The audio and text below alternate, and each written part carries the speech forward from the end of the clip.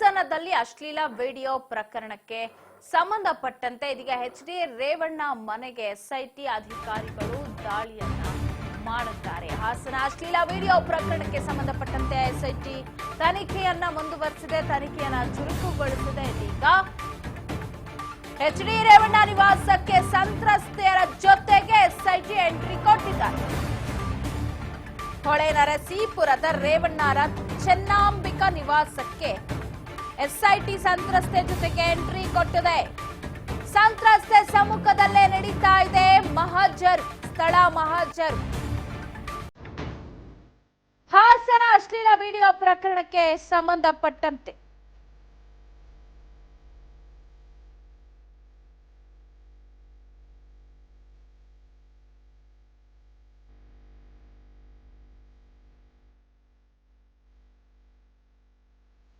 ಹೊಳೆನರಸೀಪುರದ ರೇವಣ್ಣ ಚೆನ್ನಾಂಬಿಕಾ ನಿವಾಸ, ರೇವಣ್ಣ ಅವರ ಚೆನ್ನಾಂಬಿಕಾ ನಿವಾಸ ಎಸ್ಐಟಿ ಎಂಟ್ರಿ ಕೊಟ್ಟಿದೆ. ಸಂತ್ರಸ್ತ ಸಮ್ಮುಖದಲ್ಲೇ ನಡೀತಾ ಇದೆ ಮಹಜರ್.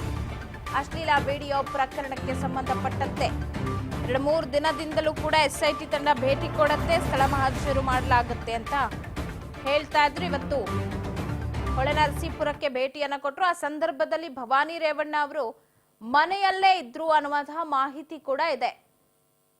ಸ್ಥಳ ಮಹಜರು ಮುಂದಾಗಿದ್ದಾರೆ. ಒಂದು ವಿಂಡೋದಲ್ಲಿ ನೋಡ್ತಾ ಇದ್ರೆ ಎಸ್ಐಟಿ ಅಧಿಕಾರಿಗಳು ಸ್ಥಳ ಮಹಜರು ಮಾಡೋದಿಕ್ಕೆ ಮುಂದಾಗಿರೋದು. ಹಾಸನದ ಹೊಳೆನರಸೀಪುರದ ಚೆನ್ನಾಂಬಿಕಾ ನಿವಾಸಕ್ಕೆ ಭೇಟಿಯನ್ನ ಕೊಟ್ಟಿದೆ. ಸಂತ್ರಸ್ತೆಯರ ಜೊತೆ ತೆರಳಿ ಮಹಜರು ಮಾಡ್ತಿದ್ದಾರೆ.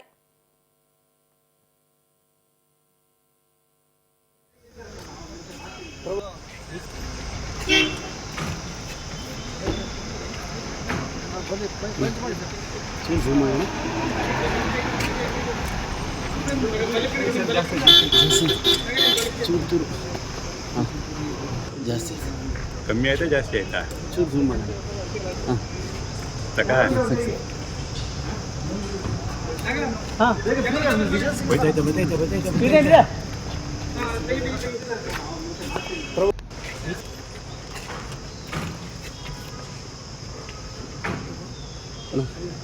ಚೂರು ಝೂಮ್ ಮಾಡೋಣ.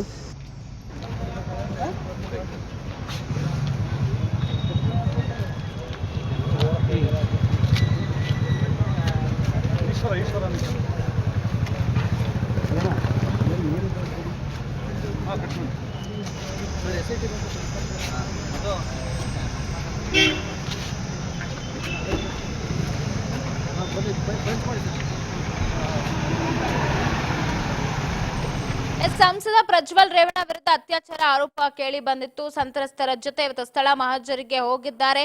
ನೋಡ್ತಾ ಇದ್ದೀರಾ ದೃಶ್ಯದಲ್ಲಿ ಎಸ್ಐಟಿ ತಂಡ ಜೊತೆಗೆ ಸ್ಥಳೀಯ ಪೊಲೀಸರು ಅವರಿಗೆ ಸಾಥ್ ಕೊಟ್ಟಿದ್ದಾರೆ. ಈಗಾಗಲೇ ಪ್ರಜ್ವಲ್ ರೇವಣ್ಣ ವಿರುದ್ಧ 2 ಕೇಸ್ಗಳು ದಾಖಲೆ ಆಗಿದೆ. ಲೈಂಗಿಕ ಕಿರುಕುಳ, ಅತ್ಯಾಚಾರ ಆರೋಪದ ಅಡಿ ಜೊತೆಗೆ ಕಿಡ್ನಾಪ್ ಆರೋಪದ ಅಡಿ ಪ್ರಕರಣ ದಾಖಲಾಗಿರೋದು. ಈಗಾಗಲೇ ಪ್ರಕರಣವನ್ನ ದಾಖಲಿಸಿ ಎಸ್ಐಟಿ ಸಂತ್ರಸ್ತೆಯರನ್ನ ನ್ಯಾಯಾಧೀಶರ ಮುಂದೆ ಹಾಜರುಪಡಿಸಿತ್ತು. ಅಲ್ಲಿ ಸೆಕ್ಷನ್ 164 ಅಡಿ ಹೇಳಿಕೆಯನ್ನ ಕೂಡ ದಾಖಲಿಸಿಕೊಂಡಿತ್ತು. ಆ ಹೇಳಿಕೆಯ ಹಿನ್ನೆಲೆ ಇವತ್ತು ಮಹಜರು ಸ್ಥಳಕ್ಕೆ ಸಂತ್ರಸ್ತೆಯರನ್ನ ಕರೆದುಕೊಂಡು ಹೋಗಿದ್ದಾರೆ. ಅಲ್ಲಿ ಹೇಳಿಕೆಯನ್ನ ಕೂಡ ರೆಕಾರ್ಡ್ ಮಾಡ್ಕೊಳ್ಳಲಾಗಿದೆ.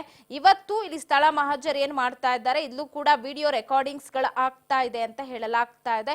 ದೃಶ್ಯಗಳನ್ನ ಅಂದ್ರೆ ವಿಡಿಯೋದಲ್ಲಿ ಹರಿಬಿಟ್ಟಂತಹ ವಿಡಿಯೋದಲ್ಲಿ ಇದ್ದಂತಹ ಪ್ಲೇಸ್ಗಳು, ದೃಶ್ಯಗಳನ್ನ ಆಧರಿಸಿ ಇವತ್ತು ಎಸ್ಐಟಿ ಅಧಿಕಾರಿಗಳು ಸ್ಥಳ ಮಹಜರಿಗೆ ಮುಂದಾಗಿದ್ದಾರೆ. ನಿನ್ನೆ ಕೂಡ ಹಾಸನ ಜಿಲ್ಲೆಯ 3 ಕಡೆ ಭೇಟಿಯನ್ನ ಕೊಟ್ಟು ಎಸ್ಐಟಿ ಪರಿಶೀಲನೆಯನ್ನ ನಡೆಸಿತು. ಒಂದು ಕಡೆ ಸಂತ್ರಸ್ತರ ಸಮ್ಮುಖದಲ್ಲೇ ಮಹಜರು ನಡೆಯುತ್ತೆ ಇವತ್ತು ಅಂತ ನೆನ್ನೆನೆ ಹೇಳ್ತಾ ಇದ್ರು. ಒಂದಷ್ಟು ಜನ ಸಂತ್ರಸ್ತೆಯನ್ನ ಕರೆದುಕೊಂಡು ಹೋಗಲ್ಲ, ಒಂದಷ್ಟು ರಹಸ್ಯವಾಗಿ ಇಡ್ಲಾಗತ್ತೆ ಅಂತ. ಬಟ್ ಇವತ್ತು ಸಂತ್ರಸ್ತರ ಸಮ್ಮುಖದಲ್ಲಿನೇ ಅಲ್ಲಿ 164 ಅಡಿ ಹೇಳಿಕೆ ದಾಖಲಾದ ನಂತರ ಅವ್ರನ್ನ ಕರೆದುಕೊಂಡು ಬಂದಿದ್ದಾರೆ.